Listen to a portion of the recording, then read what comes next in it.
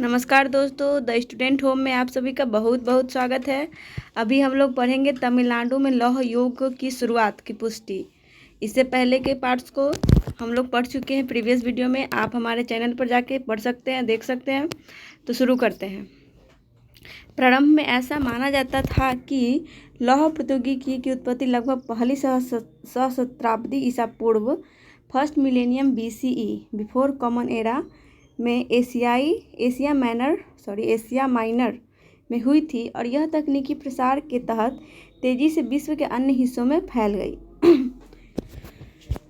इस प्रसार आधारित एक केंद्रित सिद्धांत को चुनौती देते हुए कई विद्वानों ने बहुकेंद्रित दृष्टिकोण का समर्थन किया। विश्व के प्रत्येक राष्ट्र ने लौह धातु की प्राचीनता को एंटिक्विटी को पहचानने के लिए वैज्ञानिक प्रयास आरंभ किए और भारत भी इस कार्यक्रम से छूटा नहीं रहा। तमिलनाडु राज्य पुरातत्व विभाग भी तमिलनाडु के लौह धातु के प्रारंभिक उपयोग का पता लगाने और पहचानने के इस विशाल कार्य में सक्रिय रूप से शामिल था। भारत से कौन शामिल था? तमिलनाडु राज्य पुरातत्व विभाग। विभिन्न पुरातात्विक जांचों से एकत्रित नमूनों के लिए प्राप्त वैज्ञानिक तिथियों साइंटिफिक डेट्स की श्रृंखला ने तमिलनाडु में लौह धातु की प्राचीनता को 2953 ईसा पूर्व से 3345 ईसा पूर्व के कालखंड में रखा है। इस संदर्भ में तमिलनाडु में लौह धातु की उत्पत्ति चौथी सहस्राब्दी ईसा पूर्व की पहली तिमाही में मानी गई है। इससे संबंधित स्मरणीय तथ्य हैं। तमिलनाडु में हुई नई खोजों से पता चला है कि दक्षिण भारत में लौह युग की शुरुआत कब हुई थी? 3345 ईसा पूर्व, जो अब तक के माने गए समय से लगभग 2000 साल पहले का समय दर्शाती है। यह खोज तमिलनाडु को लौह उपयोग और धातु विज्ञान में सबसे प्राचीन क्षेत्रों में से एक रूप में स्थापित कर सकती है। यह खोज तमिलनाडु के किस जिले से संबंधित है? तूतुकुड़ी जिले के शिवगलाई स्थल पर हुई है। यह स्थल इम्पोर्टेंट है। तूतुकुड़ी जिले के शिवगलाई तमिलनाडु से संबंधित है। Antiquity of iron recent radiometric dates from Tamil Nadu नामक रिपोर्ट लेखक के राजन और शिवनाथम इसके लेखक हैं में इसका उल्लेख किया गया है। Antiquity of iron recent radiometric dates from Tamil Nadu. Radio carbon dating के अनुसार तमिलनाडु में लौह उपयोग की शुरुआत 3345 ईसा पूर्व में हुई थी। रिपोर्ट में प्रस्तुत यह निष्कर्ष प्रसिद्ध अनुसंधान संस्थानों द्वारा प्रमाणित है। यह खोज दर्शाती है कि 5300 ईसा वर्ष पूर्व ही तमिलनाडु लौह उपयोग में अग्रणी क्षेत्र था।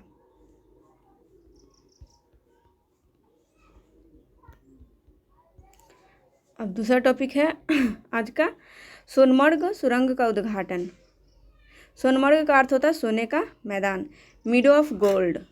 यह श्रीनगर, गुलमर्ग, पहलगाम के साथ जम्मू और कश्मीर के लोकप्रिय पर्यटन गंतव्यों में से एक है। जहां अन्य तीनों स्थल वर्ष भर पर्यटकों के लिए उपलब्ध रहते हैं, वहीं सोनमर्ग को NH1 पर भारी बर्फबारी और हिमस्खलन के कारण एक अद्वितीय चुनौती का सामना करना पड़ता है। सोनमर्ग NH1 पर प्रतिकूल मौसमी परिस्थितियों के परिणामस्वरूप लगभग 4 माह तक सड़क बंद रहने के कारण सोनमर्ग पर्यटकों की पहुंच से दूर रहता है। इस क्षेत्र में सभी मौसम में कनेक्टिविटी सुनिश्चित करने के उद्देश्य से जेड मोड़ प्रोजेक्ट आरंभ किया गया था। स्मरणीय तथ्य है, ये एग्जाम से रिलेटेड है, फैक्ट है, देखते हैं इनको। 13 जनवरी 2025 को प्रधानमंत्री नरेंद्र मोदी ने जम्मू कश्मीर में जेड मोड़ सुरंग 13 जनवरी 2025 को उद्घाटन किया। इस सुरंग का पुनर्नामकरण सोनमर्ग सुरंग के रूप में कर दिया गया। उल्लेखनीय है कि जेड मोड़ सुरंग का नाम अंग्रेजी वर्णमाला के जेड आकार के उस सड़क खंड के नाम पर रखा गया है जहां इस सुरंग का निर्माण किया गया है। जेड मोड़ सुरंग जम्मू कश्मीर के गांदरबल जिले में स्थित है। जेड मोड़ सुरंग कहाँ है? किस यूटी में? यूनियन टेरिटरी जम्मू कश्मीर का कौन सा जिला? गांदरबल जिला में क्या है? जेड मोड़ सुरंग है। इस सुरंग परियोजना की कुल लंबाई लगभग 12 किलोमीटर है। लंबाई कितनी है? 12 किलोमीटर। यह 2700 करोड़ रुपए से अधिक की लागत से निर्मित किया गया है। इस परियोजना में 6.426 किलोमीटर लंबी मुख्य सुरंग, एक 6.412 किलोमीटर लंबी एक समानांतर निकास सुरंग और दोनों तरफ कुल 5.568 किलोमीटर लंबी पहुंच सड़क शामिल है। इसमें समानांतर सुरंग भी है और दोनों तरफ 5.56 किलोमीटर लंबी पहुंच सड़क भी है। समानांतर निकास सुरंग और पहुंच सड़क है। यह 2 लेन वाली द्विदिशात्मक सुरंग है। जेड, एक यहाँ होगा दिशा, एक यहाँ। यह 2 लेन वाली द्विदिशात्मक सुरंग है। गांधरबल जिले में गगनगीर और सोनमर्ग के बीच बनाई गई है। किसके बीच? गगनगीर और सोनमर्ग। समुद्र तल से 8,652 फीट की ऊंचाई पर स्थित यह सुरंग लेह के रास्ते में श्रीनगर और सोनमर्ग के बीच कनेक्टिविटी को बेहतर बनाएगी। केन बेतवा नदी पर जोड़ो राष्ट्रीय परियोजना। एनपीपी के अनुरूप नदियों को परस्पर जोड़ने के लिए अध्ययन करने एवं रिपोर्ट तैयार करने का दायित्व जल शक्ति मंत्रालय के अधीन राष्ट्रीय जल विकास एजेंसी को सौंपा गया है। स्मरणीय तथ्य: 25 दिसंबर 2024 को प्रधानमंत्री नरेंद्र मोदी ने केन बेतवा नदी जोड़ो परियोजना राष्ट्रीय परियोजना का शिलान्यास किया। 25 दिसंबर 2024 को इस परियोजना का शिलान्यास कहाँ से हुआ? मध्य प्रदेश के खजुराहो में। यह राष्ट्र परिप्रेक्ष्य योजना के तहत देश की पहली नदियों को जोड़ने वाली परियोजना है। ज्ञातव्य है कि विश्व जल दिवस 22 मार्च 2021 के अवसर पर प्रधानमंत्री नरेंद्र मोदी की उपस्थिति में केंद्रीय जल शक्ति मंत्रालय तथा उत्तर प्रदेश और मध्य प्रदेश सरकार के मध्य एक ऐतिहासिक त्रिपक्षीय समझौता ज्ञापन हुआ था, यूपी और एमपी के मध्य, विश्व जल दिवस के अवसर पर। देश में पहली बार केंद्र संचालित नदी जोड़ो परियोजना केन बेतवा लिंक परियोजना के कार्यान्वयन के लिए इस समझौता ज्ञापन पर हस्ताक्षर किए गए। परियोजना के तहत छतरपुर जिला, जो मध्य प्रदेश में है, इसे दौधन गांव में केन नदी पर एक बांध का निर्माण किया जाएगा। किस गांव में? दौधन गांव में। इस परियोजना के कार्यान्वयन के लिए Ken Betwa link project authority KBLPA नामक विशेष परियोजना वाहन की स्थापना की जाएगी। परिव्यय कितना खर्च होगा इसमें? इसका परिव्यय केन बेतवा लिंक परियोजना की कुल लागत 44,605 करोड़ रुपए अनुमानित है, जो 2020-21 की कीमतों के आधार पर है। यह परियोजना जल की कमी से जूझते उत्तर प्रदेश और मध्य प्रदेश राज्य तक विस्तारित बुंदेलखंड क्षेत्र के लिए बहुत उपयोगी है। इस परियोजना से लाभान्वित होने वाले जिले हैं उत्तर प्रदेश के बांदा, महोबा, झांसी, ललितपुर, मध्य प्रदेश के पन्ना, टीकमगढ़, छतरपुर, सागर, दमोह, दतिया, निवाड़ी, विदिशा, शिवपुरी और रायसेन।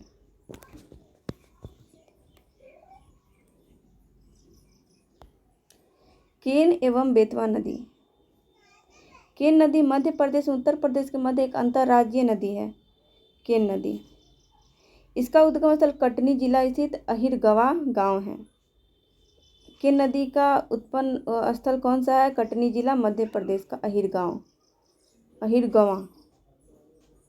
इसकी कुल लंबाई 427 किलोमीटर है, जिसमें से 292 किलोमीटर मध्य प्रदेश तथा 84 किलोमीटर उत्तर प्रदेश में स्थित है। यह बांदा जिला में स्थित चिल्ला गांव में यमुना से मिल जाती है। यमुना से कहाँ मिलती है केन नदी? चिल्ला गांव में। इस नदी पर स्थित रोनह जलप्रपात के लिए केन घड़ियाल सेंचुरी 2 प्रमुख पर्यटन आकर्षक केंद्र है। केन नदी पन्ना टाइगर रिजर्व से होकर गुजरती है। केन नदी किस टाइगर रिजर्व से गुजरती है? इस तरह के क्वेश्चन यूपीएससी में पूछे जाते हैं। केन नदी से पन्ना टाइगर रिजर्व से केन नदी गुजरती है। बेतवा नदी का उद्गम स्थल रायसेन जिला, मध्य प्रदेश में है। बेतवा नदी पर राजघाट, पारीछा, माता टीला बांध निर्मित किए गए हैं।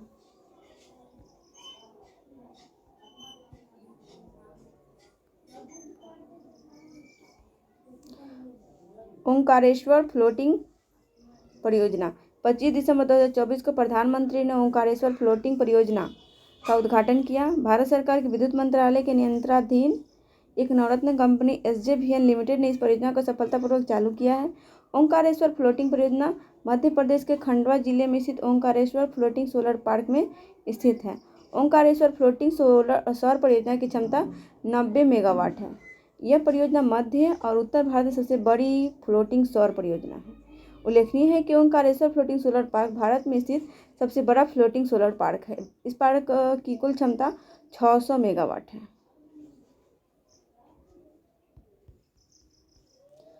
जलवाहक अंतर्देशीय जलमार्ग कार्गो संवर्धन योजना। वर्तमान में भारत एक असंतुलित लॉजिस्टिक परिदृश्य का सामना कर रहा है, जिसमें माल परिवहन के लिए सड़कों एवं रेल नेटवर्क पर काफ़ी अधिक निर्भरता है। भारत में समग्र माल ढुलाई में अंतर्देशीय जल परिवहन की हिस्सेदारी मात्र 2% है।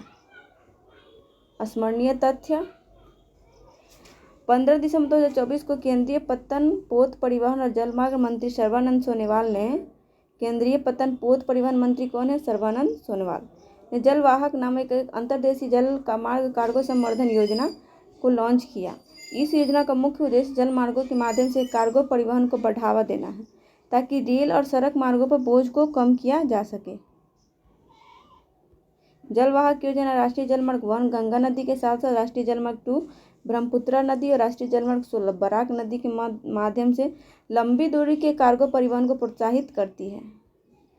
इस योजना के अंतर्गत कार्गो मालिक द्वारा अंतर्देशीय जल मार्ग परिवहन क्षेत्र के उपयोग को बढ़ावा देने के लिए 35% तक प्रोत्साहन, जिसको इंग्लिश में इंसेंटिव बोलते हैं, प्रदान करने का प्रावधान है।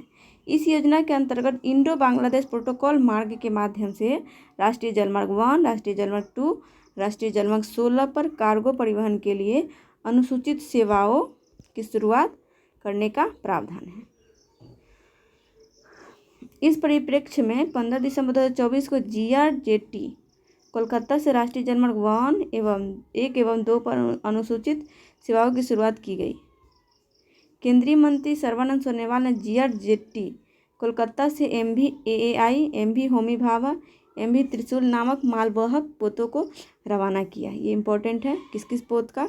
MV AAI आर्टिफिशियल इंटेलिजेंस, याद रखिए इसको, MV होमी भाभा और MV त्रिशूल। मसाली भारत का पहली सीमावर्ती सौर गांव। 9 से 11 अक्टूबर 2022 के मध्य प्रधानमंत्री मोदी ने गुजरात का दौरा किया। इस यात्रा के दौरान मोढेरा को भारत का पहला 24 घंटे सौर ऊर्जा संचालित गांव घोषित किया गया। स्मरणीय तथ्य: दिसंबर 2024 में मसाली को भारत का पहला सीमावर्ती सौर गांव घोषित किया गया। सीमावर्ती मतलब बॉर्डर एरिया का। यह गांव गुजरात के बनासकांठा जिले के सुईगाम तालुका में स्थित है। इस गांव को PM सूर्यघर मुफ्त बिजली योजना के तहत भारत का पहला सीमावर्ती सौर गांव घोषित किया गया। उल्लेखनीय है कि मसाली मोढेरा के पश्चात गुजरात का दूसरा सौर गांव है। सीमावर्ती गांव का बात होगा तो मसाली, अब पहला सौर गांव का बात होगा तो मोढेरा। भारत का पहला संविधान संग्रहालय। संविधान भारत का सर्वोच्च कानून है। यह एक लिखित दस्तावेज है जो सरकार एवं उसके संगठनों की मौलिक बुनियादी संहिता, संरचना, प्रक्रियाओं, शक्तियों एवं कर्तव्यों के साथ साथ नागरिकों के अधिकारों एवं कर्तव्यों की रूपरेखा भी निर्धारित करता है। इसे 26 नवंबर 1949 को संविधान सभा द्वारा अंगीकृत किया गया था और 26 जनवरी 1950 को लागू हुआ था। संविधान को अंगीकृत किए जाने के समय इसमें कितने अनुच्छेद थे? 355, 95, 8 अनुसूचियाँ और लगभग 1,45,000 शब्द थे। ये डेटा हर जगह नहीं मिलता है। इसमें दिया है 1,45,000 शब्द थे। इस प्रकार यह अब तक के अंगीकृत किए जाने वाली सबसे लंबा राष्ट्रीय संविधान है, भारत का संविधान। वर्तमान में भारत के संविधान में 395 अनुच्छेद, 12 अनुसूचियाँ हैं। डॉक्टर भीमराव अम्बेडकर को भारतीय संविधान का मुख्य रचनाकार माना जाता है। भारत के प्रथम राष्ट्रपति डॉक्टर राजेंद्र प्रसाद भारत के संविधान पर हस्ताक्षर करने वाले पहले व्यक्ति बने थे। भारतीय संविधान पर प्रथम हस्ताक्षर कौन किए थे? डॉक्टर राजेंद्र प्रसाद। यह विश्व का सबसे बड़ा लिखित संविधान है। भारत का संविधान न तो मुद्रित है, न ही टंकित है, न ही प्रिंट किया गया है, न ही टाइप। यह हिंदी और अंग्रेजी दोनों भाषाओं में हस्तलिखित और सुलेखित है। इसको हाथ से लिखा गया है। आप लोग चाहे तो गूगल पर सर्च कर सकते हैं कि हस्तलिखित किनके हाथों का लिखा हुआ है। ये भी एग्जाम का क्वेश्चन है।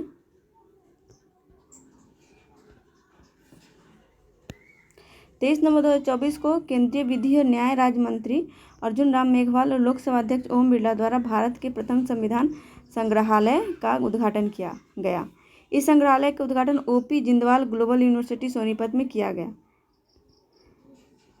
इस संग्रहालय के उद्घाटन संविधान सभा द्वारा भारत के संविधान को अपनाने की 75वीं वर्षगांठ के ऐतिहासिक अवसर के उपलक्ष्य में किया गया है। उल्लेखनीय है कि ओपी जिंदल ग्लोबल यूनिवर्सिटी संविधान संग्रहालय और अधिकार एवं स्वतंत्रता अकादमी की स्थापना की गई है। ग्लोबल जिंदल यूनिवर्सिटी में किया गया है। संविधान संग्रहालय भारत के संविधान को समझने का एक प्रमुख केंद्र होगा। इसमें संविधान के प्रत्येक भाग और उसके महत्व को समर्पित कई खंड शामिल हैं। इसमें संविधान सभा के प्रत्येक सदस्य की प्रोफाइल के साथ उन जीवंत बहसों विचार विमर्शों को प्रदर्शित किया जाएगा जिन्होंने अपने समय से आगे की एक सशक्त पांडुलिपि को निर्मित किया। यद्यपि इस संग्रहालय में संविधान निर्माण से जुड़ी ऐतिहासिक तथ्यों की भरमार होगी, लेकिन फिर भी यह केवल 26 नवंबर 1949 से पहले की घटनाओं को दर्शाने वाले दस्तावेजों का संग्रह नहीं होगा। इस संग्रहालय एवं अकादमी में सामग्रियों का चयन, संग्रह और व्यवस्थित प्रस्तुतिकरण अंजचिता बी नायर द्वारा किया गया है। संविधान भारत का प्रथम रोबोटिक टूर गाइड 23 नवंबर 2024 को भारत के प्रथम संविधान संग्रहालय के उद्घाटन के अवसर पर यहाँ भारत के पहले रोबोटिक टूर गाइड का अनावरण भी किया गया। इसे रोबोटिक टूर गाइड को संविद नाम दिया गया है। संविद क्या है? रोबोटिक टूर गाइड है जो संविधान संग्रहालय में है। भारतीय संविधान के अंगीकरण के 75वीं वर्षगांठ 26 नवंबर 2024 को भारत के संविधान के अंगीकरण की 75वीं वर्षगांठ मनाई गई। भारत सरकार ने भारत के संविधान के अंगीकरण के 75 वर्ष पूरे होने के उपलक्ष्य में वर्ष भर चलने वाले ऐतिहासिक समारोह की शुरुआत की। यह समारोह हमारा संविधान हमारा स्वाभिमान अभियान के तहत आयोजित किया जाएगा। संविधान हमारा क्या है? स्वाभिमान। भारत के राष्ट्रपति द्रौपदी मुर्मू के नेतृत्व में 26 नवंबर 2024 को संविधान सदन, पुराना संसद भवन में केंद्रीय कक्ष में वर्ष भर चलने वाले समारोह का भव्य उद्घाटन किया गया। हमारा जो पुराना संविधान सदन था, संसद भवन था, उसको अब क्या नाम दिया गया? संविधान सदन। इस अवसर पर संस्कृत और मैथिली भाषा में भारतीय संविधान का विमोचन किया गया। वाह, अच्छी बात है। संस्कृत और मैथिली भाषा में भारतीय संविधान का विमोचन। 26 नवंबर 2024 को ही 10वां संविधान दिवस मनाया गया। इस वर्ष संविधान दिवस का मुख्य विषय है हमारा संविधान हमारा स्वाभिमान। झारखंड और महाराष्ट्र विधानसभा चुनाव 2024। झारखंड की 5वीं विधानसभा के कार्यकाल की समाप्ति की तिथि 5 जनवरी 2025 निर्धारित थी, जबकि महाराष्ट्र की 14वीं विधानसभा के कार्यकाल की समाप्ति की तिथि 26 नवंबर 2024 निर्धारित थी। इस परिप्रेक्ष्य में भारत निर्वाचन आयोग ने 15 अक्टूबर 2024 को एक प्रेस वक्तव्य के माध्यम से इन दोनों राज्यों में नई विधानसभा के गठन के लिए निर्वाचन कार्यक्रम की घोषणा की। स्मरणीय तथ्य: झारखंड विधानसभा चुनाव। झारखंड में कुल कितने सीट है? 81 विधानसभा के। 9 सीटें किसके लिए है? अनुसूचित जाति के लिए 28, अनुसूचित जनजाति के लिए। कुल 81 विधानसभा क्षेत्र में चुनाव लड़े जाएंगे जो कि 2 चरणों में संपन्न होंगे।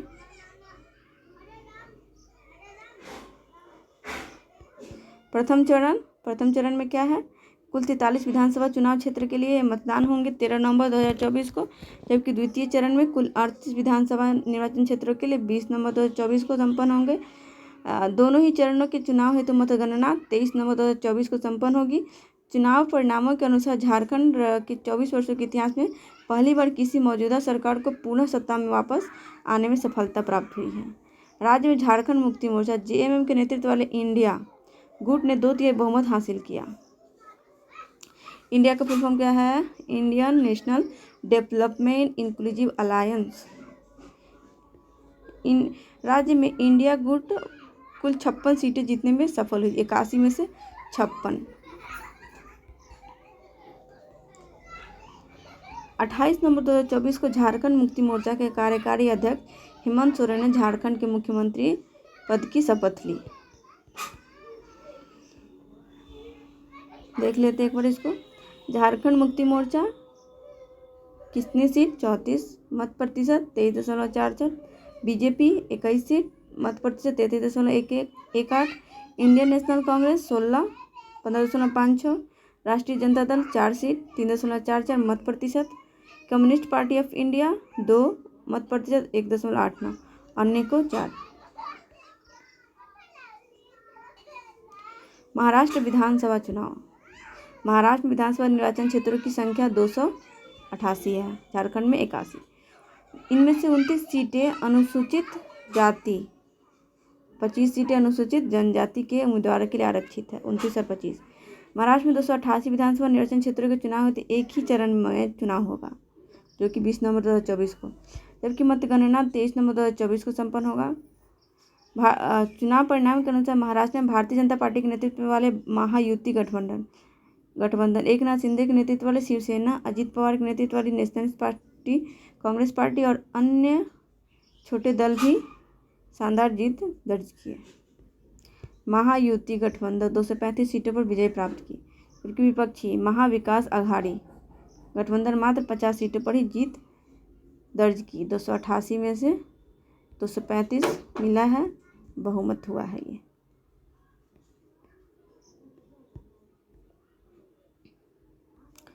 चुनाव परिणामों के परिप्रेक्ष्य में महाराष्ट्र सरकार द्वारा शुरू की गई मुख्यमंत्री माझी लड़की बहन योजना, मराठी में मुख्यमंत्री माझी लड़की बहन योजना महत्वपूर्ण साबित हुई। इस योजना के तहत महाराष्ट्र में 21 से 65 वर्ष की आयु वर्ग के पात्र महिला के 1500 रुपये प्रतिमाह का वित्तीय लाभ डीबीटी के माध्यम से प्रदान किया जाने का प्रावधान किया गया है। 5 दिसंबर 2024 को भारतीय जनता पार्टी ने देवेंद्र फडणवीस ने मुख्यमंत्री पदभार ग्रहण किया। साथ ही शिवसेना के एकनाथ शिंदे एवं राष्ट्रवादी कांग्रेस पार्टी के अजित अनंतराव पवार ने उप मुख्यमंत्री पदभार ग्रहण किया। महाराष्ट्र विधानसभा चुनाव 2024 प्रमुख दलवार परिणाम। बीजेपी को 132 सीट 26.77 वोट, ये उतना इम्पोर्टेंट नहीं है। शिवसेना को 57 सीट, नेशनल कांग्रेस पार्टी को 41, शिवसेना उद्धव बाळासाहेब ठाकरे के से संबंधित है उनको 20, Indian National Congress 16, National Congress Party Sharad Chandra Pawar का 10, समाजवादी पार्टी 2, अन्य को 10।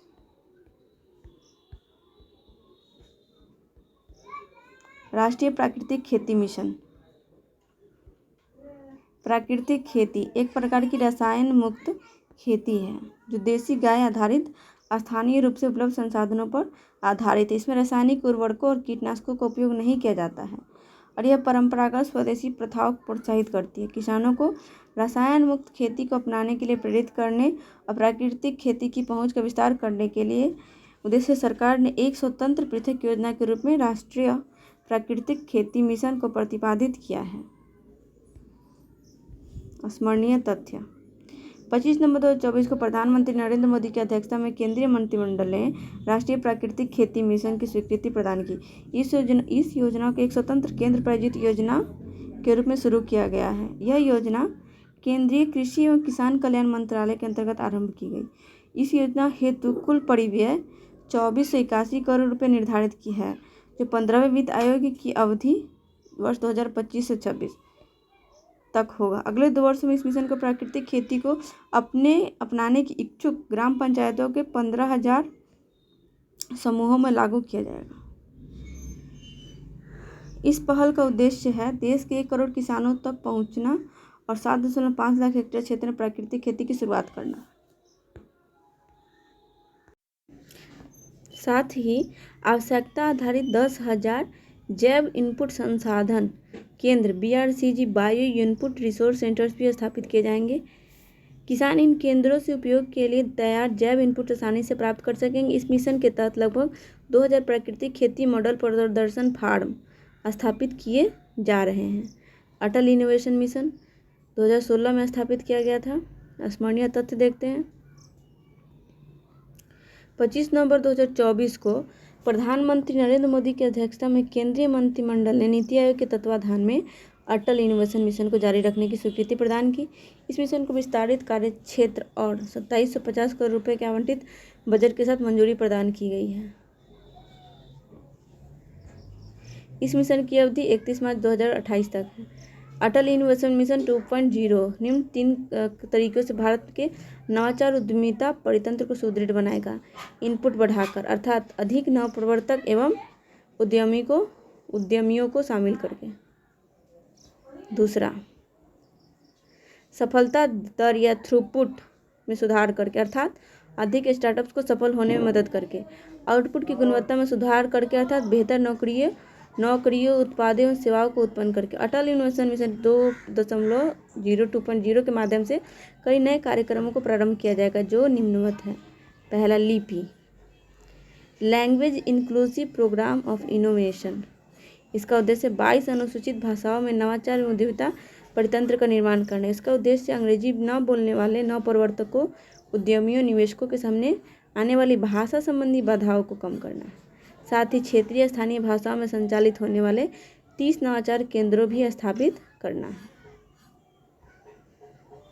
दूसरा है फ्रंटियर कार्यक्रम। इस कार्यक्रम को उद्देश्य जम्मू कश्मीर, लद्दाख, पूर्वोत्तर राज्य का कांची जिलों एवं ब्लॉक में नवाचार एवं उद्यमिता के लिए अनुकूल वातावरण का निर्माण करना है। इन क्षेत्रों में 2500 नई अटल टिंकरिंग लैब्स स्थापित की जाएंगी जो स्थानीय आवश्यकता के अनुसार अनुकूलित टेम्पलेट्स को विकसित करने में सहायता करेगी। इसके अतिरिक्त यह मिशन मानव पूंजी विकास कार्यक्रम के माध्यम से पेशेवरों को तैयार करने की एक प्रणाली का निर्माण करेगा। इसके तहत 5500 पेशेवर तैयार किए जाएंगे। डीप टेक रिएक्टर, यह अनुसंधान आधारित डीप टेक स्टार्टअप्स के व्यवसायीकरण के तरीकों का परीक्षण करने हेतु एक शोध सैंडबॉक्स तैयार करेगा। ज्ञातव्य है कि डीप टेक्नोलॉजी उन नवाचारों को संदर्भित करता है जो उन्नत वैज्ञानिक एवं तकनीकी प्रगति पर आधारित होते हैं। अपने परिवर्तनकारी स्वभाव के कारण डीप टेक्नोलॉजी भारत की सबसे गंभीर सामाजिक समस्याओं का समाधान करने की क्षमता है। इसके अतिरिक्त अटल इनोवेशन मिशन 2.0 में शामिल 2 प्रमुख कार्यक्रम यथा औद्योगिक त्वरक कार्यक्रम और अटल सेक्टोरल इनोवेशन लॉन्च पैड्स का उद्देश्य आउटपुट, नौकरियों, उत्पादों और सेवाओं की गुणवत्ता में सुधार करना है। पीएम विद्यालक्ष्मी योजना, केंद्र सरकार के प्रमुख उद्देश्यों में सुनिश्चित करना भी शामिल है कि किसी छात्र को केवल निर्धनता के कारण उच्च शिक्षा से वंचित न रहना पड़े। अपने उद्देश्य को पूरा करने के लिए केंद्रीय शिक्षा मंत्रालय ने उच्चतर शिक्षा विभाग ने आर्थिक रूप से कमजोर छात्रों को उनकी उच्च शिक्षा जारी रखने के लिए वित्तीय सहायता प्रदान करने की योजना शुरू की है। इस योजना के तहत छात्रवृत्ति, शिक्षा ऋण, ब्याज सब्सिडी क्रेडिट गारंटी के रूप में प्रदान किया जाएगा। इसका नाम है प्रधानमंत्री विजयलक्ष्मी योजना।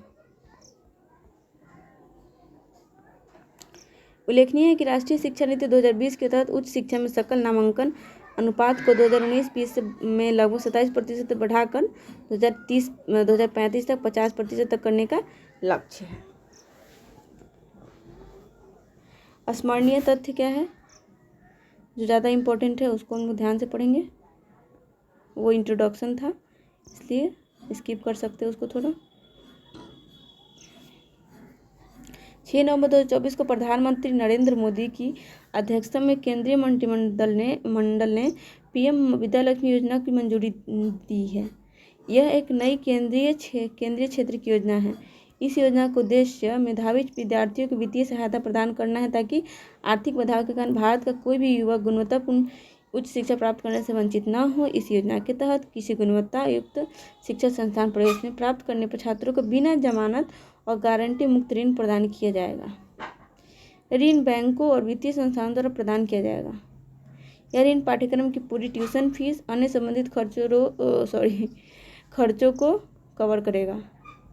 ये योजना एक सरल, पारदर्शी, छात्र अनुकूल प्रणाली के माध्यम से संचालित की जाएगी जो परस्पर संगत, पूरी तरह से डिजिटल होगी। पात्रता संबंधी नियम, यह योजना NIRF इंडिया रैंकिंग्स द्वारा निर्धारित देश के शीर्ष गुणवत्ता वाले शिक्षा संस्थानों में प्रवेश पर ही लागू होगी। इस योजना के अंतर्गत शामिल किए जाने संस्थानों के विवरण निम्नवत है। NIRF इंडिया रैंकिंग में समग्र, श्रेणी विशिष्ट और डोमेन विशिष्ट रैंकिंग में 100 संस्थानों में स्थान प्राप्त करने वाले सभी उच्च शिक्षा सरकारी और निजी संस्थान। NIRF इंडिया रैंक में 101 से 200 तक रैंक प्राप्त करने वाले राज्य सरकारों के उच्च शिक्षा संस्थान, केंद्र सरकार द्वारा प्रशासित सभी संस्थान। इस सूची को नवीनतम NIRF इंडिया रैंकिंग से उपयोग करके प्रतिवर्ष अद्यतन किया जाएगा। यह योजना 860 पात्र गुणवत्तायुक्त उच्च शिक्षण संस्थानों से आरंभ होगी। 22 लाख से अधिक विद्यार्थी अपनी इच्छा अनुसार इस योजना का लाभ उठा सकेंगे। प्रदान किए जाने वाले लाभ क्या क्या है? इस योजना के तहत 7.5 लाख रुपये तक के ऋण दिए जाएंगे छात्रों को। 75% क्रेडिट गारंटी होगी। ऐसे छात्र जिनकी वार्षिक पारिवारिक आय 8 लाख रुपये तक है, जो किसी अन्य सरकारी छात्रवृत्ति या ब्याज सब्सिडी योजना के तहत लाभ प्राप्त करने के पात्र नहीं, उन्हें 10 लाख रुपये तक ऋण पर अधिस्थगन अवधि के दौरान 3% की ब्याज पर सब्सिडी प्रदान की जाएगी। प्रतिवर्ष 1 लाख विद्यार्थियों को ब्याज छूट सहायता प्रदान की जाएगी। PM विद्या लक्ष्मी योजना, PM USP योजना की 2 घटकों योजनाओं यथा CSIS central sector interest subsidy scheme और CGFSCL credit guarantee fund scheme for education loan के पूरक के रूप में होगी। उल्लेखनीय है कि PM USP योजना के अंतर्गत CSIS और CGFSCL जैसी योजनाएं निम्न आय समूहों को लाभ प्रदान करने पर केंद्रित थी, जबकि PM विद्या लक्ष्मी योजना के तहत दायरे में विस्तार करके मध्यम आय वर्ग के परिवारों को भी शामिल किया गया है। शिक्षा के क्षेत्र में केंद्र सरकार के अन्य प्रमुख पहले। BPSC मेंस के लिए ये सब डेटा इम्पोर्टेंट है। शिक्षा के क्षेत्र में केंद्र सरकार की क्या पहल है? PM श्री, पूर्ण नाम PM school for rising India, 7 सितंबर 2022 को स्वीकृत। संपूर्ण भारत में 14,500 से अधिक स्कूलों को सशक्त बनाने का लक्ष्य है। कार्यान्वयन 5 वर्षों तक 22 से 27। समग्र शिक्षा योजना 2018 में लॉन्च किया गया था। एकीकृत योजना शिक्षा हेतु। संशोधित समग्र शिक्षा योजना का कार्यान्वयन 5 वर्षों तक 21 से 22, 25 से 26 तक। उल्लास नव भारत साक्षरता कार्यक्रम न्यू इंडिया लिटरेसी के नाम से भी लोकप्रिय एक केंद्र प्रायोजित योजना है। विशेष रूप से औपचारिक शिक्षा से वंचित रह गए 15 वर्ष और उससे अधिक आयु के वयस्क को सशक्त बनाने का लक्ष्य उल्लास के अंतर्गत। कार्यान्वयन अवधि 22 से 27 है, 2022 से 2027 तक। निपुण Bharat national initiative for proficiency in reading with understanding and numeracy 5 जुलाई 2021 को लॉन्च है। देश के प्रत्येक बच्चे को कक्षा 3 के अंत तक बुनियादी साक्षरता और गणना में सक्षम करने पर केंद्रित है। इसका लक्ष्य है 2026 से 27 तक प्राप्त करने की योजना है। इस लक्ष्य को निष्ठा पूरा नाम है national initiative for school heads teachers holistic advancement. 21 अगस्त 2019 को लॉन्च हुआ। 42 लाख प्रारंभिक शिक्षकों और स्कूल हेड्स के पेशेवर विकास पर केंद्रित है। निष्ठा ऑनलाइन 6 अक्टूबर 2020 को लॉन्च किया गया था। ऑनलाइन बुनियादी साक्षरता संख्यात्मकता पर केंद्रित निष्ठा 3.0 7 सितंबर 2021 को प्रारंभ। नमो ड्रोन दीदी योजना। भारत उर्वरकों का दूसरा सबसे बड़ा उत्पादक है, लेकिन प्राकृतिक संसाधन जैसे गैस, फॉस्फेटिक, पोटास, खनिजों इत्यादि की अपर्याप्त उपलब्धता के कारण उर्वरकों का दूसरा सबसे बड़ा आयातक भी है, उत्पादक भी है और आयातक भी है। सेकेंड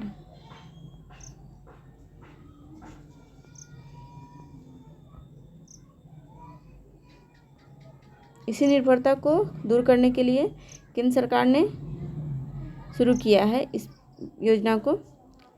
इसके अतिरिक्त वैकल्पिक उर्वरकों विकास के लिए भी स्वदेशी अनुसंधान को प्रोत्साहन दिया गया है, जिसका परिणाम स्वरूप नवोन्मेषित तरल नैनो उर्वरक का विकास संभव हुआ है। नैनो यूरिया और नैनो DAP जैसे नए तरल उर्वरकों के विकास ने खेतों में उर्वरक की छिड़काव की एक कुशल प्रणाली विकसित की है। इस परिप्रेक्ष्य में ड्रोन प्रौद्योगिकी बहुत महत्वपूर्ण साबित हुई है। किसान ड्रोन के उद्भव से कृषि पद्धतियों में क्रांतिकारी परिवर्तन संभव हुआ है। कृषि ड्रोन के माध्यम से उर्वरकों के छिड़काव प्रणाली स्वचालित हो गई, जिससे समय की बचत होती है। स्मरणीय तथ्य 28 अक्टूबर 2024 को कृषि एवं किसान कल्याण मंत्रालय द्वारा नमो ड्रोन दीदी योजना का परिचालन दिशा निर्देश जारी किए गए। 29 नवंबर 2023 को केंद्रीय मंत्रिमंडल ने नमो ड्रोन दीदी योजना को मंजूरी दी 23 में। इस परिप्रेक्ष्य में 30 नवंबर 2023 को प्रधानमंत्री नरेंद्र मोदी ने प्रधानमंत्री महिला ड्रोन किसान केंद्र का शुभारंभ किया। यह केंद्रीय क्षेत्र की योजना है। कब तक? 2024-25 से 25-26 की अवधि के लिए। इसमें 1260 करोड़ रुपए व्यय होंगे। इस योजना के तहत केंद्र सरकार 15,000 चयनित महिला स्वयं सहायता समूहों को ड्रोन प्रदान करेगी। 15,000 को। इसका ड्रोनों को किसानों की किसी कृषि उद्देश्य हेतु किराए पर दिया जा सकेगा। इसका उपयोग किसानों द्वारा खेत में नैनो उर्वरकों और कीटनाशकों के छिड़काव के लिए किया जाएगा। 1500 ड्रोन में से प्रथम 500 ड्रोनों को उर्वरक कंपनियों द्वारा उपलब्ध कराया जाएगा। 14,500 ड्रोन अगले 2 वर्ष में केंद्रीय सहायता माध्यम से उपलब्ध कराए जाएंगे। एक ड्रोन उसके सहायक उपकरणों की कुल लागत 10 लाख रुपए है। महिला स्वयं सहायता समूह की ड्रोन की 80% लागत केंद्रीय वित्तीय सहायता के माध्यम से प्राप्त होगी। इस योजना के तहत प्रत्येक चयनित महिला स्वयं सहायता समूहों में से एक सदस्य को ड्रोन पायलट प्रशिक्षण प्रदान किया जाएगा, जबकि समूह के किसी अन्य सदस्य को ड्रोन तकनीशियन सहायक के रूप में प्रशिक्षित किया जाएगा। ग्रामीण महिलाओं को ड्रोन संचालन प्रशिक्षित करने से ड्रोन दीदी रूपांतरित किया गया है, इसे पता चल रहा है।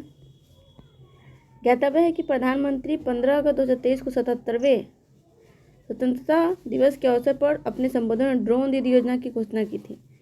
11 मार्च 2024 को प्रधानमंत्री ने 1000 नमो ड्रोन दीदी को ड्रोन सौंपे थे। हरियाणा तथा जम्मू और कश्मीर विधानसभा चुनाव 2024। हरियाणा की 14वीं विधानसभा कार्यकाल की समाप्ति 3 नवंबर 2024 निर्धारित थी। 15वीं विधानसभा का गठन के लिए चुनाव आयोजित किए जाएंगे। भारत निर्वाचन आयोग ने 11 दिसंबर 2023 को उच्चतम न्यायालय द्वारा दिए गए निर्णय के अनुसार जम्मू और कश्मीर संघ राज्य क्षेत्र की विधानसभा के लिए चुनाव कराने का भी निर्णय लिया था। 16 अगस्त 2024 के एक प्रेस नोट के माध्यम से जम्मू कश्मीर हरियाणा विधानसभा के आम चुनावों की तिथियों की घोषणा की थी। स्मरणीय तथ्य। हरियाणा विधानसभा चुनाव कुल कितने सीट है? 90 यहाँ विधानसभा सीट है। कुल 17 सीटें अनुसूचित जातियों। हरियाणा में 90 विधानसभा निर्वाचन क्षेत्रों हेतु चुनाव एक चरण 5 अक्टूबर 2024 को संपन्न हुआ। 2024 में राज्य के सभी 90 विधानसभा क्षेत्र में 67.9% मतदान दर्ज हुआ।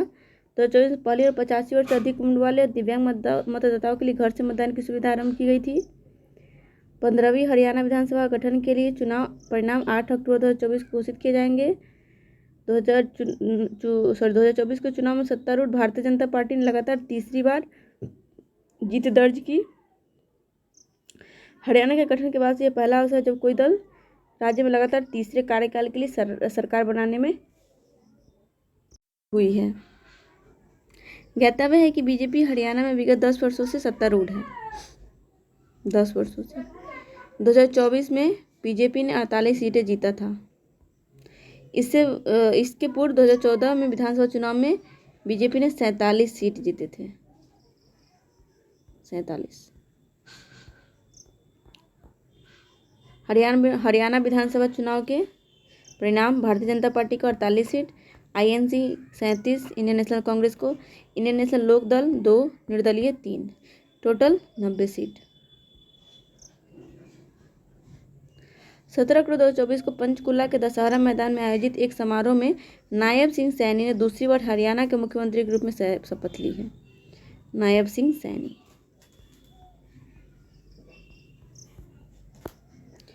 ज्ञातव्य है वर्ष 2024 के विधानसभा चुनाव में श्री सैनी लाडवा विधानसभा निर्वाचन क्षेत्र से विजयी हुए हैं। जम्मू कश्मीर विधानसभा चुनाव कुल कितने सीट है? 90। 7 सीटें अनुसूचित जाति के लिए, 9 सीटें अनुसूचित जनजाति के लिए। भारत निर्वाचन आयोग द्वारा जारी अधिसूचना के तहत 3 चरण में चुनाव आयोजित किए जाने थे।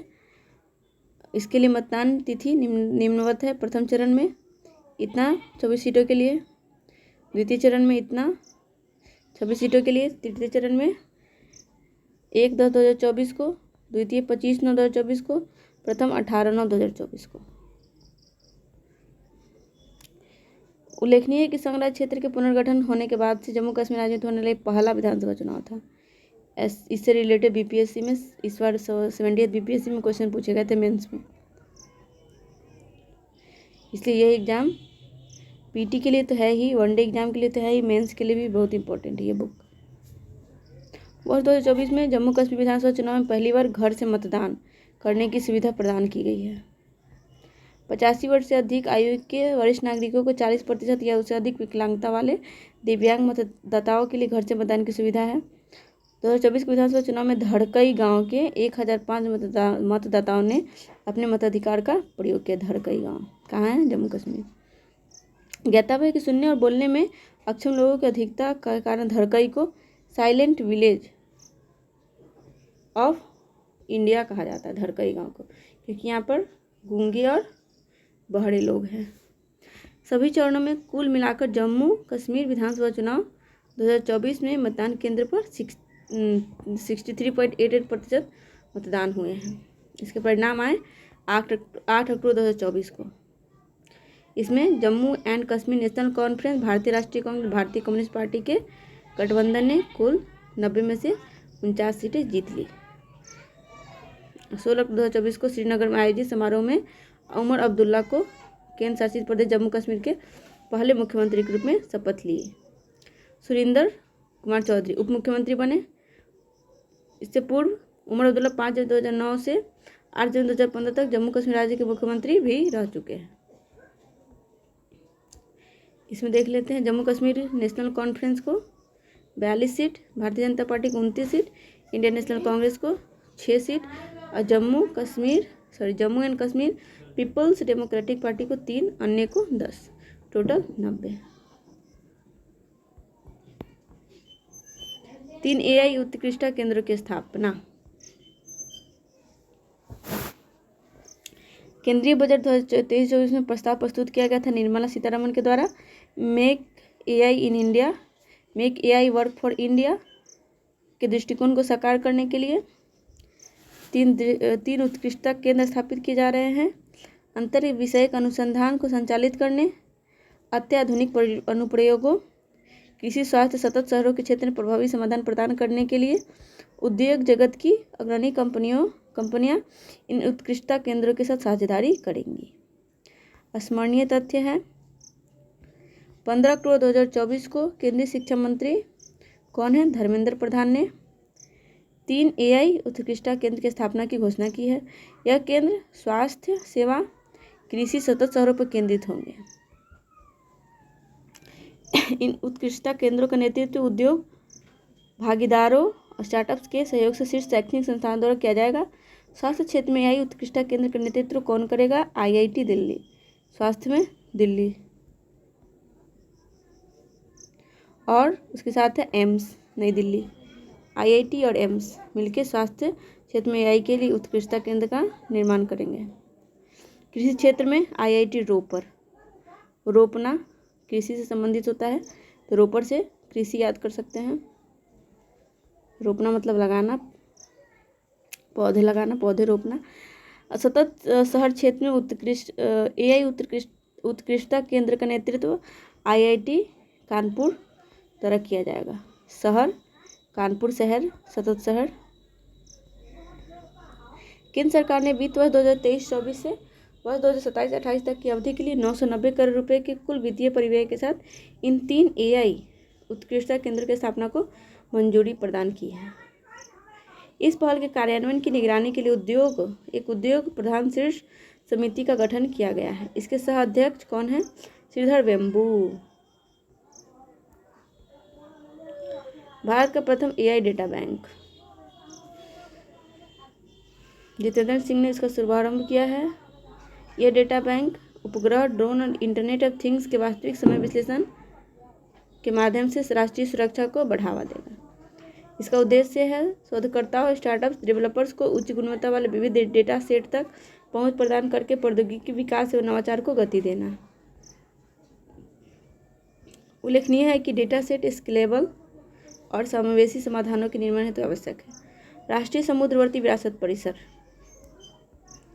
भारत की समुद्री विरासत बहुत समृद्ध है। सबसे पुरानी समुद्री साक्ष्य लगभग 4500 वर्ष पुराने हैं। इतना पुराना हमारा समुद्र की विरासत है। भारत की समृद्ध और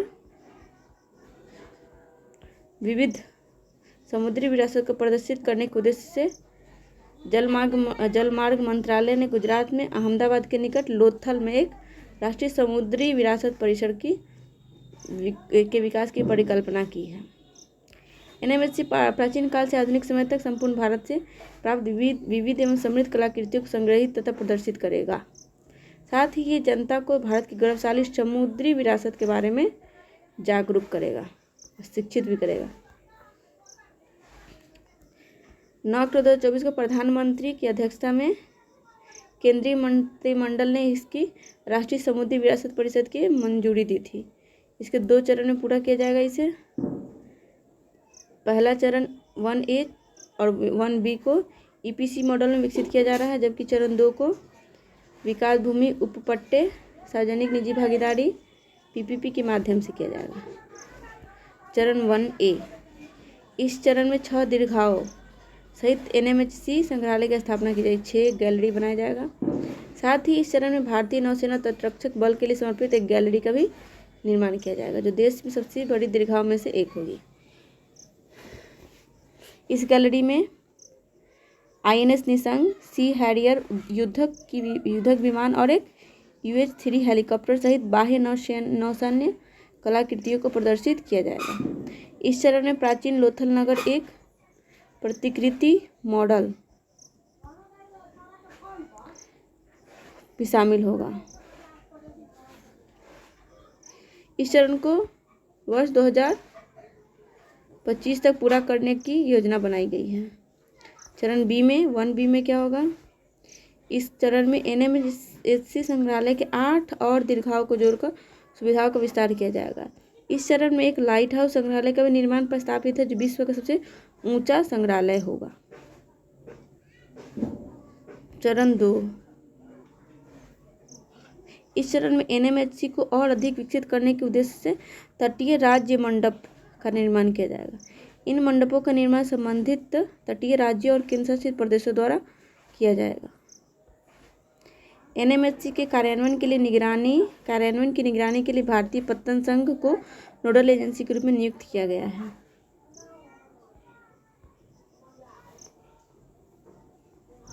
लोथल शब्द गुजराती से लोथ और थल से मिलकर बना, जिसका अर्थ होता है मृतकों का टीला। मोहनजोदड़ो का भी अर्थ होता है मृतकों का टीला। लोथल प्राचीन सिंधु घाटी सभ्यता का एक प्रमुख नगर है। 2400 ईसा पूर्व का एक प्राचीन नगर है। भारतीय कौशल संस्थान मुंबई का उद्घाटन।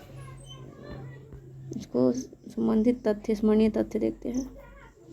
9 अक्टूबर 2024 को प्रधानमंत्री नरेंद्र मोदी ने भारतीय कौशल संस्थान मुंबई का उद्घाटन किया है। पीपीपी मॉडल पर स्थापित किया है। इसमें केंद्रीय कौशल विकास और उद्यमशीलता मंत्रालय और Tata India institute of skills के मध्य साझेदारी के माध्यम से स्थापित किया गया है। भारत कौशल संस्थान मुंबई की स्थापना स्थित राष्ट्रीय कौशल प्रशिक्षण संस्थान के अंतर्गत 4.17 करोड़ के विशाल क्षेत्र में की गई है। इस संस्थान का लक्ष्य अत्याधुनिक प्रौद्योगिकी से लैस और व्यवहारिक प्रशिक्षण प्राप्त कार्यबल को तैयार करना, जिसे उद्योगों में कार्यरत तैनात किया जा सके। यह संस्थान चौथी औद्योगिक क्रांति की जरूरतों को पूरा करने के लिए आवश्यक कौशल एवं दक्षताओं में प्रतिवर्ष 5,000 छात्रों को प्रशिक्षित करेगा।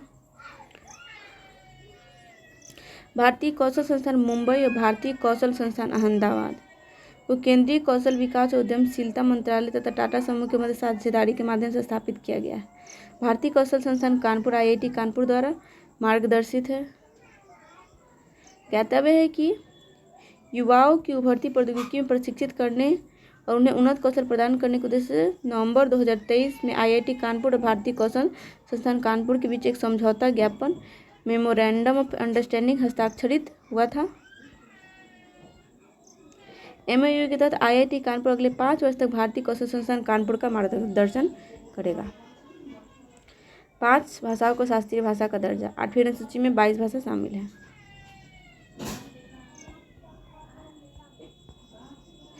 स्मरणीय तथ्य। 3 अक्टूबर 2024 को प्रधानमंत्री नरेंद्र मोदी की अध्यक्षता में मंत्रिमंडल ने 5 भाषाओं की शास्त्रीय भाषा को मंजूरी दी है। ये 5 भाषा है मराठी, पाली, प्राकृत, असमिया और बंगाली।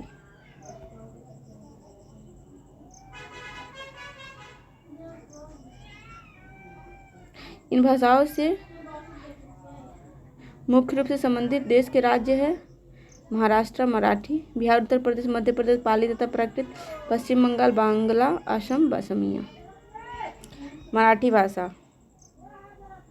भारतीय आर्यन भाषा है जो महाराष्ट्र में बोली जाती है। पहला ज्ञात शिलालेख लगभग 2200 ईसा पूर्व पुराना है जो नानेघाट शिलालेख से मिला है मराठी भाषा का, जहाँ महारठिनो शब्द का प्रयोग किया गया है। महारठिनो शब्द का प्रयोग नानेघाट शिलालेख में किया गया है जो मराठी भाषा से संबंधित है। पाली भाषा आधुनिक काल में गढ़ा गया है। पाली लैंग्वेज इस भाषा की सटीक उत्पत्ति विद्वानों के मध्य एक बहस का विषय है। 6वीं या 7वीं शताब्दी के मध्य पाली के रूप में ज्ञात किसी विशिष्ट भाषा का कोई अस्तित्व नहीं था। यह बौद्ध विद्वान बुद्ध घोष की टिप्पणियों में मिलते हैं। इसके आरंभिक संदर्भ। प्राकृत भाषा प्राकृत मध्यकालीन भारतीय आर्य भाषाओं के एक समूह को प्रतिनिधित्व करती है। भाषा भारत की समृद्ध भाषाई सांस्कृतिक विरासत को समझने की दृष्टि से महत्वपूर्ण है। आदि शंकराचार्य की एक युक्ति है, वाचः प्राकृत संस्कृतौ श्रुति गिरो।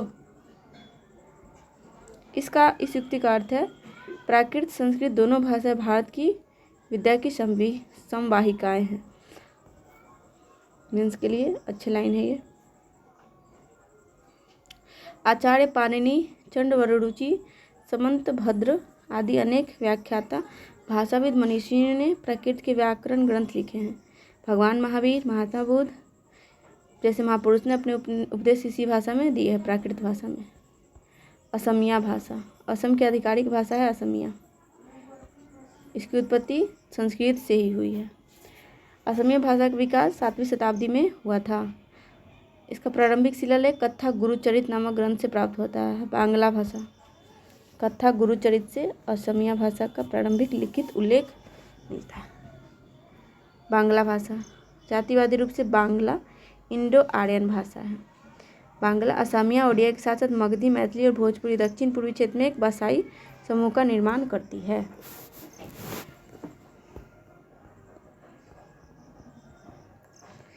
ग्यारह शास्त्रीय भाषाएं। 5 भाषाओं को शास्त्रीय भाषा दर्जा करने प्रस्ताव मंजूरी पर 6 भारतीय भाषा यथा पहले से 6 थे, संस्कृत, तमिल, तेलुगु, कन्नड़, मलयालम, ओडिसी। 5 और जुड़ गए 11 हो गए।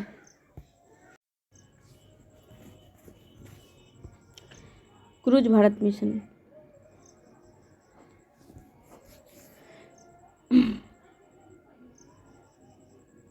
नदी और नहरों समुद्रों का उपयोग करके क्रूज सेवा प्रदान करने का अवसर देगा। स्मरणीय तथ्य 30 सितंबर 2024 को केंद्रीय पत्तन पोत परिवहन जल मार्ग मंत्री सर्बानंद सोनोवाल ने मुंबई बंदरगाह से क्रूज भारत मिशन लॉन्च किया। क्रूज पोत एम्प्रेस पर सवार होकर इस मिशन को लॉन्च किया। इसका नाम क्या है? एम्प्रेस। इसका उद्देश्य है पर्यटन उद्योग को बढ़ावा देना, अगले 5 वर्षों में क्रूज यात्री यातायात को दोगुना करना। इसके 3 चरण हैं। पहला चरण 1 अक्टूबर 2024 आरंभ होगा, 31 मार्च 2029 तक चलेगा। पहला चरण में क्या होगा? मास्टर प्लानिंग करने और पड़ोसी देशों के साथ क्रूज गठबंधन बनाने पर ध्यान केंद्रित किया जाएगा।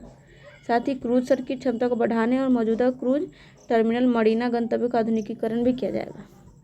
चरण 2 के तहत नए क्रूज टर्मिनल मरीना और गंतव्यों के विकास पर ध्यान केंद्रित किया जाएगा। चरण 3 संपूर्ण भारतीय उपमहाद्वीप में सभी क्रूज सर्किटों को एकीकृत किया जाएगा। 3 प्रमुख खंड है। क्रूज भारत मिशन 3 प्रमुख क्रूज खंडों को लक्षित करता है जो निम्नवत है: महासागर हार्बर क्रूज, नदी और अंतर्देशीय क्रूज, द्वीप क्रूज। कार्य का संचालन किया जाएगा। पहला राष्ट्रीय क्रूज अवसंरचना मास्टर प्लान 2047 भारतीय पत्तन संघ के तहत एक क्रूज केंद्रित विशेष परियोजना वाहन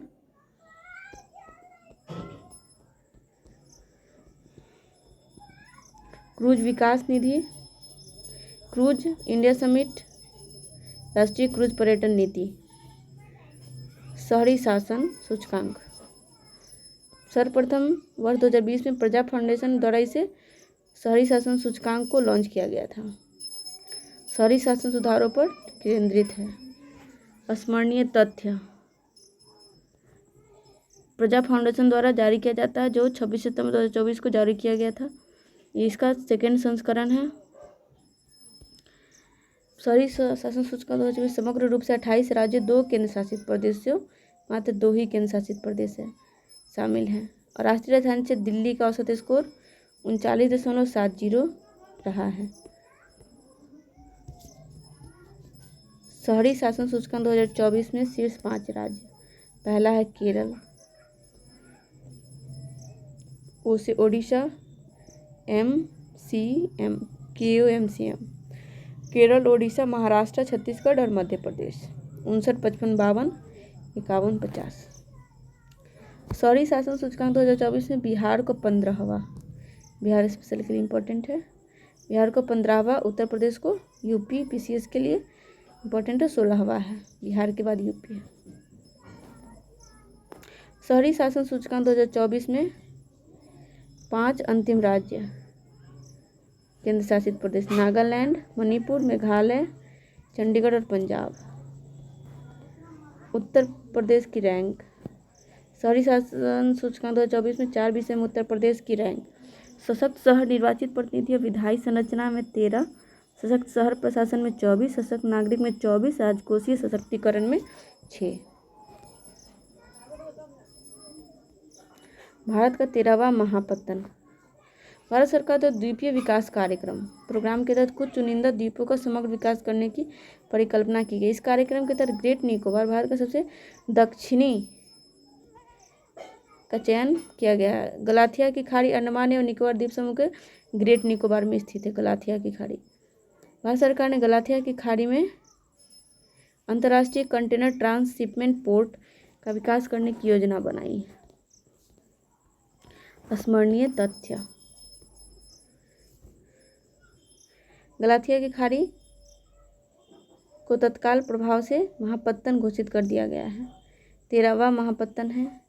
गलाथिया की खाड़ी पत्तन पूर्व पश्चिम विश्व शिपिंग कॉरिडोर के निकट अपनी रणनीतिक स्थिति के कारण गेटवे के और ट्रांसशिप्ड कार्गो दोनों को आकर्षित करने के लिए उपयुक्त है। गलाथिया की खाड़ी पत्तन की रणनीतिक स्थिति और भारत के एक्सपोर्ट इंपोर्ट व्यापार को बढ़ावा देगी, क्योंकि अंतर्राष्ट्रीय शिपिंग मार्ग पर स्थित है। भारत के 13 महापत्तन। श्यामा प्रसाद मुखर्जी पत्तन कोलकाता, हल्दिया सहित पारादीप ओडिशा, विशाखापत्तनम आंध्र प्रदेश, कमराजर पत्तन तमिलनाडु, चेन्नई पत्तन तमिलनाडु, वीओ चिदम्बरम पत्तन तूतीकोरिन। ये मिलाने के लिए ऐसा क्वेश्चन दिया जा सकता है। दीनदयाल पत्तन कच्छ गुजरात, मुंबई पत्तन महाराष्ट्र, जवाहरलाल नेहरू महाराष्ट्र, मुड़गांव गोवा, नवमंगलुरु पत्तन कर्नाटक, कोचीन पत्तन कोच्चि केरल, गलाथिया की खाड़ी पत्तन पढ़े हम लोग ग्रेट निकोबार अंडमान एवं निकोबार। एक राष्ट्र एक चुनाव के प्रस्ताव को मंजूरी।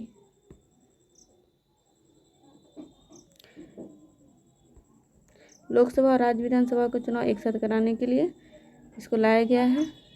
1951-52 से 67 तक लोकसभा राज्यसभा का चुनाव साथ साथ होता था।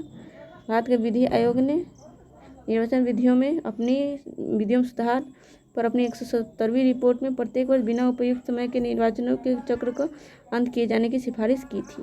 170वीं रिपोर्ट में विधि आयोग के द्वारा।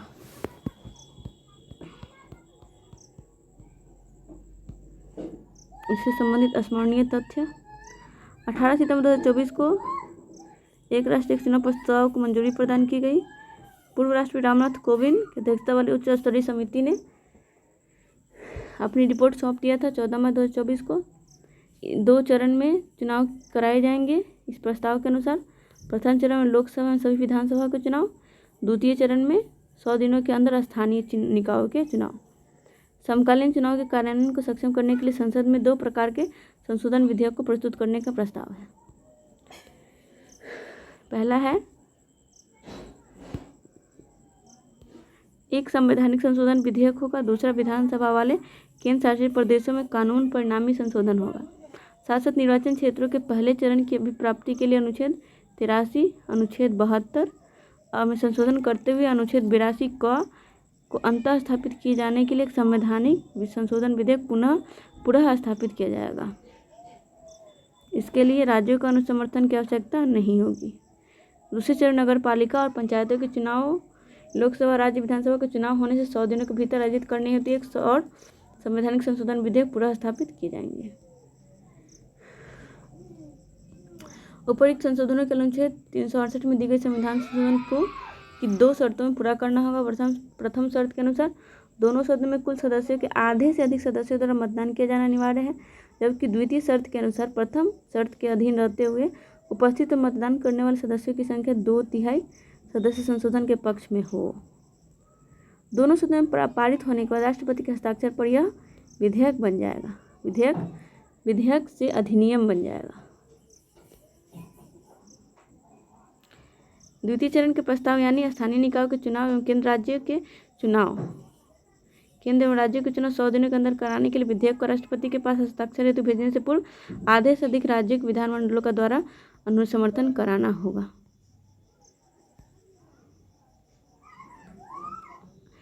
वन नेशन वन इलेक्शन उच्च स्तरीय कमेटी में कितने सदस्य थे? 8। गठन हुआ था 2 सितंबर 2023 को। अध्यक्ष थे रामनाथ कोविंद। सदस्य गृह मंत्री एवं सहकारिता मंत्री अमित शाह, गुलाम नबी आज़ाद, वित्त आयोग के पूर्व अध्यक्ष NK सिंह, लोकसभा के पूर्व महासचिव डॉक्टर सुभाष सी कश्यप, वरिष्ठ अधिवक्ता हरीश साल्वे, संजय कोठारी, अर्जुन राम मेघवाल,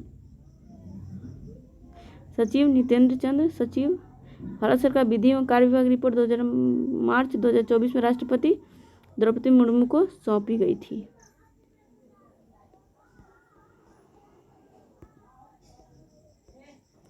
PM आस्था योजना जारी रखने को मंजूरी।